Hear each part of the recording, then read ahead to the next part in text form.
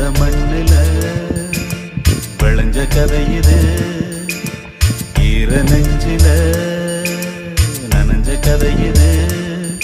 இது கதையானாலும் வெறும் கனவா போனாலும் ஒரு வரலாறுதான், வீர தாலாட்டுத்தான்.